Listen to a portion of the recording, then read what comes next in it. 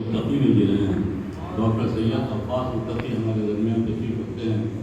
ہم خوش نصیب ہیں کہ آپ نے ہمارے لیے وقت دیا. عباس متقی صاحب کا میں تو تعارف نہیں کر سکتا، لیکن اتنا ضرور کہہ سکتا ہوں کہ آپ کی نظر اردو ادب پر، فارسی ادب پر اتنی گہری ہے کہ اس کا بیان ضرور آپ کے وہ شاگرد ہیں جو آپ کے پاس دانو نظر بھیجے ہوئے ہیں. نالج کی دنیا میں کسی بھی فیلڈ پہ آپ بات کیجیے ڈاکٹر صاحب سے مکمل آپ کو معلومات فراہم ہوگی. بالخصوص فلمی دنیا. مجھے حضرت کی صحبت میں یہ معلوم ہوا کہ مدھوبالا کا نام آفتاب بیگم تھا، ہم تو اس کو مدھوبالا ہی بولتے تھے. اور مجھے آپ ہی کی صحبت میں یہ معلوم ہوا کہ مدھوبالا کے دل میں سراغ تھا، اور وہ سراغ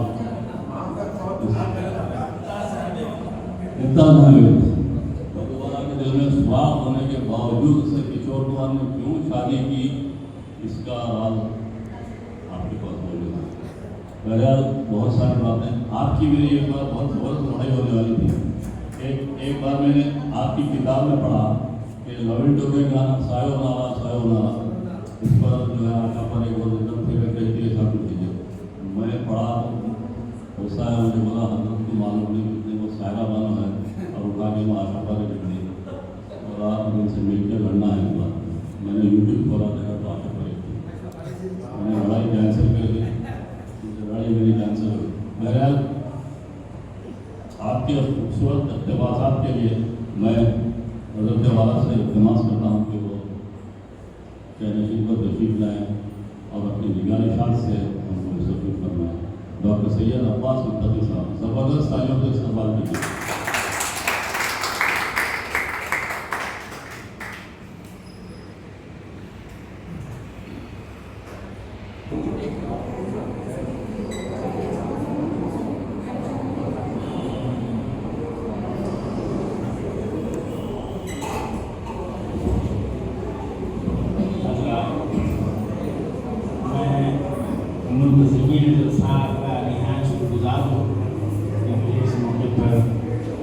حاضری کی سعادت بخشی. میز میں جناب میرے دوست نجیب احمد نجیب صاحب کا بھی تہہ دل سے شکریہ ادا کرتا ہوں جنہوں نے میرا تعارف سے زیادہ تعریف فرمایا. حضرات یہ موقع تو نہیں کہ آپ شعراء کے درمیان کی نثر میں کچھ لمبی چوڑی باتیں کی جائیں. میرا مضمون مغل اعظم کی طرح ہوتا ہے، شروع سے لے کے آخر تک جب سنیں گے تو آپ کچھ لطف لے سکیں گے. اقتباسات سے اس کا کوئی اس کا خاطر خواہ آپ کو لطف نہیں مل سکے گا. تاہم میں ایک پیراگراف پڑھ دیتا ہوں، انشاءاللہ اگر موقع ملے تو پھر میں آپ کو اپنا پورا مضمون بتاؤں گا اور 2-3 منٹوں میں ختم کروں گا. عرض کیا کہ ہے اس کا عنوان ہے ہم نے مکان بیچا. ہم نے مکان بیچا اس کا عنوان. ہماری بیگم مکان بیچنے پر دل سے گئی تھی. بات سے اس قدر تھی کہ بیگم کی چنو شیخ کی بیگم سے چل گئی تھی اور یہ چپکلی اچھی خاصی جنگ کی شکل اختیار کر گئی تھی. دولت کی فراوانی نے بادشاہ کی یعنی چنو شیخ کے محل کو زبان دراز کر دیا تھا اور وہ جس کو جو چاہے کہہ دیا کرتی تھی. یوں بھی دولت پہلے غرور و تکبر پیدا کرتی ہے، پھر ظلم و تشدد پر آدمی کو مائل کرتی ہے.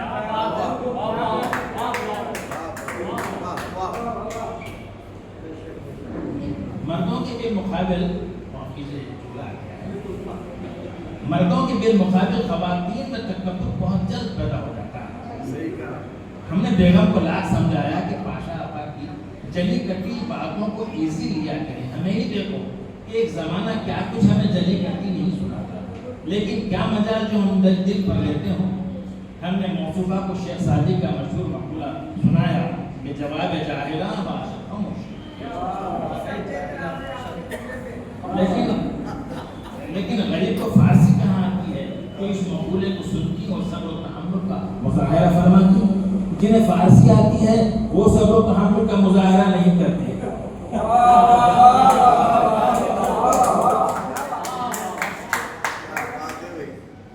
جنہیں فارسی آتی ہے وہ صبر و تحمل کا مظاہرہ نہیں کرتے اور ذرا سی بات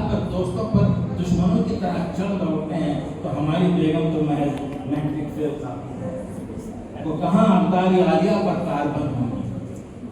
ہمارے لہد العال کے بابس بیگم نے اپنے برادر عزیز کے ذریعے ہمارے آبائی مکان کو فروخت کرنے کی کوشش کرنے لگی، اور ہمارے سالار چند بیگم نے بہن کی باتوں میں آ کر ہمارے مکان کو چکر لگانے کی مشق بہم پہنچانے لگی،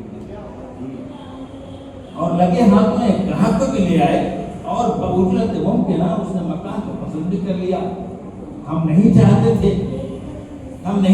تھے کہ جس مکان میں والد کا خون پسینہ لگا ہو اسے یوں اونے پونے بیچ دیں۔ ہاں، قیمت واجبی آتی ہے تو اتنی بری بات بھی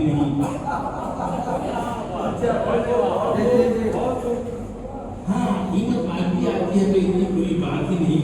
لوگ تو اچھی قیمت آنے پر والد کا مکان کس شمار میں ہے خود والد کو بیچ دیا۔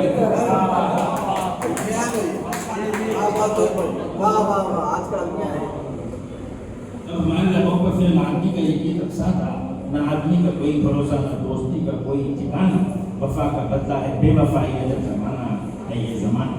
صاحب مکان خریدنا اس دور میں جتنا مشکل ہے اتنا ہی مکان فروخت کرنا بھی دشوار ہے۔ لوگ معمولی رقم دے کر غیر معمولی مکان ہتھیانے کی کوشش کرتے ہیں۔ اب ہم اتنے بھی بیوقوف نہیں کہ ہمیں اپنے مکان کی قیمت ہی معلوم نہ ہو۔ اوباش افراد نے بھی مکان پر بری نظر رکھنے کو خود پر واجب قرار دیا۔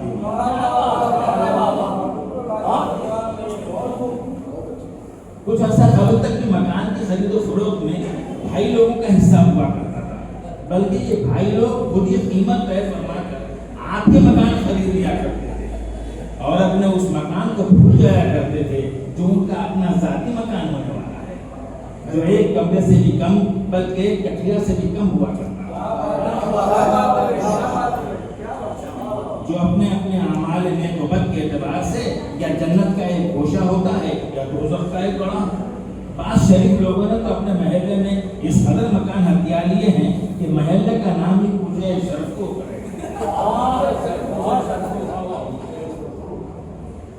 ہم بھی کسی ایسے شریف آدمی کو اپنا مکان فروخت کرنا چاہتے تھے جو ہر قسم کے ہتھیار سے ہمیشہ لیس رہے، اور جن مبارک ہستیوں نے ہماری ناک میں دم کر رکھا تھا اب وہ ان کی ناک میں بلکہ جہاں جہاں دم کرنے کا حوصلہ رکھتے ہوئے دم کرے، اور شیطانیش افراد کو معلوم ہو جائے کہ اس بھری دنیا میں سبھی بھتیجے نہیں ہوتے، بڑی چاچا بھی جو حضرت ہمارا مکان خریدنے راضی ہو گئے۔ قیمت طے ہونے سے پہلے انہوں نے اپنی نظر سے ہمارے مکان کا جائزہ لیا تھا، اور قیمت طے ہو جانے کے بعد نیز بیانے کی ادائیگی سے پہلے ہم چاہتے تھے کہ آپ کو ہماری نظر سے اپنے ہونے والے مکان کا جائزہ لیں۔ اس لیے ہم نے چاہا کہ وہ مکان خریدنے سے پہلے مکان کا تفصیلی اور تشریحی پن جائزہ حاصل کریں۔ چنانچہ وہ اجلت میں تھے، لیکن ہم نے انہیں یہ کہہ کر ٹھنڈا کر دیا کہ اجلت میں گھر بسانا تو ضرور چاہیے لیکن مکان خریدنا نہیں چاہیے۔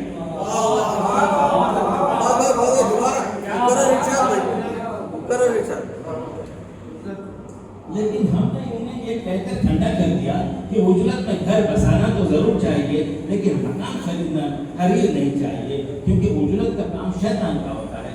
جب ان کے ہوش ٹھکانے لگے تو ہم نے ان کی آنکھوں پر اپنی اینک چڑھائی اور اپنے مکان کا دیدار کرا دیا۔